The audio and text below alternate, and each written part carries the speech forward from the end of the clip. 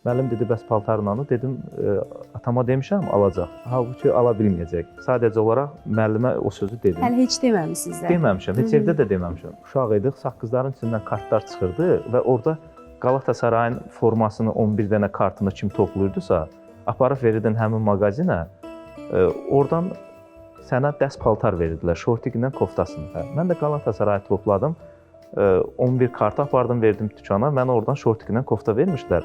Onu götürdüm, özümdən getdim idmana. Krasovkam yoxdur, məcbur da dediyim kimi o yaşıl tapşıqamla getdim məşqə.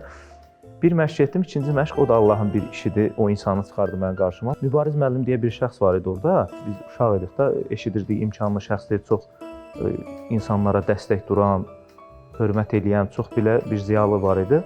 O mənə çağırdı yanına, dedi, sən kimsən? Dedim, bəs mən Ramiz mənim tələbəsinə. Dedi, sən niyə tapçıqadasan? Dedim, krasovkam yoxdur da, ona görə. Çağırdı ki, o ambardakı krasovkalardan, idmançılara gətirilən krasovkalardan gətir buna da bir dənə. Gətirdilər, mənə bir krasovka verdilər. İnanın ki, uşaq idim, bəlkə də mənə indi nə dərəcədə təsir edirdi bilməm, amma mən onun sevincini xatırlayıram. İndi kədərini hiss edirəm, amma o vaxtda sevincini bilmirəm. Mən o gecə yatmadım bəlkə də. O krasovkanı ki, mənim də krasovkam var, bir qaldı paltar almalı.